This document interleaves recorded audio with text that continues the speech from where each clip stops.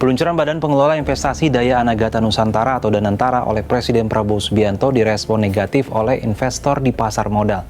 Tercatat dalam beberapa hari terakhir, indeks harga saham gabungan terus merosot, termasuk saham-saham BUMN yang tergabung dalam Danantara. Pada Rabu 26 Februari 2025, IHSG turun 0,32% ke level 6.565,94 pada sesi 1 perdagangan di Bursa Efek Indonesia. Sehari sebelumnya, IHSG ditutup 6.587,09, turun 2,41% dibandingkan dengan posisi penutupan perdagangan sebelumnya. Penurunan ini juga dialami oleh saham bank BUMN yang tergabung dalam Danantara, di antaranya PT Bank Rakyat Indonesia atau BBRI dan PT Bank Mandiri atau BMRI, kompak turun di sesi 1 perdagangan Rabu.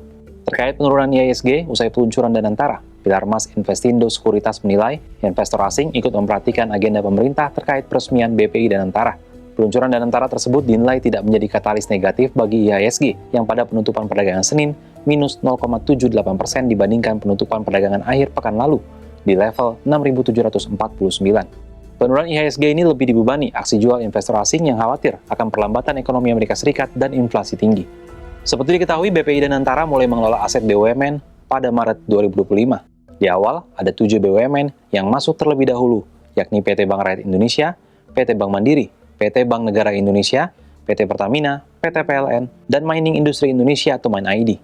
Danantara diyakini dapat menjadi dana kekayaan negara terbesar di Indonesia karena mengelola aset jumbo lebih dari 900 miliar dolar AS atau sekitar 15.000 triliun rupiah. Selain direspon negatif oleh pasar modal, peluncuran Danantara juga menuai sorotan publik. Salah satunya terkait rangkap jabatan di tubuh Danantara yang dikhawatirkan menimbulkan konflik kepentingan. BPI Danantara akan digawangi 3 sosok. Mereka adalah Menteri Investasi dan Hilirisasi Rosan P. Roslani sebagai Chief Executive Officer Danantara, Wakil Menteri BUMN Doni Oskaria sebagai Chief Operating Officer Danantara, dan Wakil Direktur PT Toba Bara Sejahtera Energi Utama Pandu Patria Syahrir sebagai Chief Investment Officer Danantara. Sejumlah pihak menilai rangkap peran antar operator sebagai regulator dalam struktur Danantara menjadi celah dalam pengawasan dan akuntabilitas lembaga ini yang dikhawatirkan dapat memicu pertanyaan bagi pelaku pasar dan investor global terkait akuntabilitas Danantara, sebab fungsi pengawasan dan operasional akan berpotensi bias.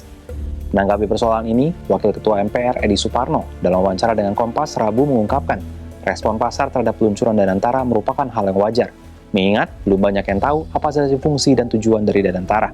Jadi memang harus diberikan keyakinan, diberikan gambaran yang jelas, yang komprehensif, agar mereka bisa memahami apa yang menjadi tugas utama Danantara, apa yang akan dilaksanakan Danantara ke depannya, yang memang sudah tersampaikan. Tetapi saya kira mungkin, dan saya yakin, karena Pak Rosan adalah orang yang sangat berpengalaman di sektor keuangan, beliau nanti akan duduk dengan misalkan saja para fund manager, para pelaku di sektor keuangan, di sektor perdagangan saham, untuk memberikan pemahaman.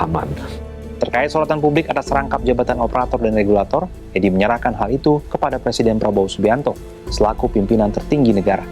Dengan total aset yang dikelola mencapai lebih dari 14.000 triliun rupiah, tidak heran jika BPI Danantara menjadi sorotan oleh para investor di pasar modal.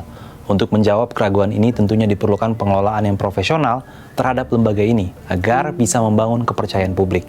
Kalau menurut sahabat Kompas, gimana tanggapannya terkait pembentukan Danantara?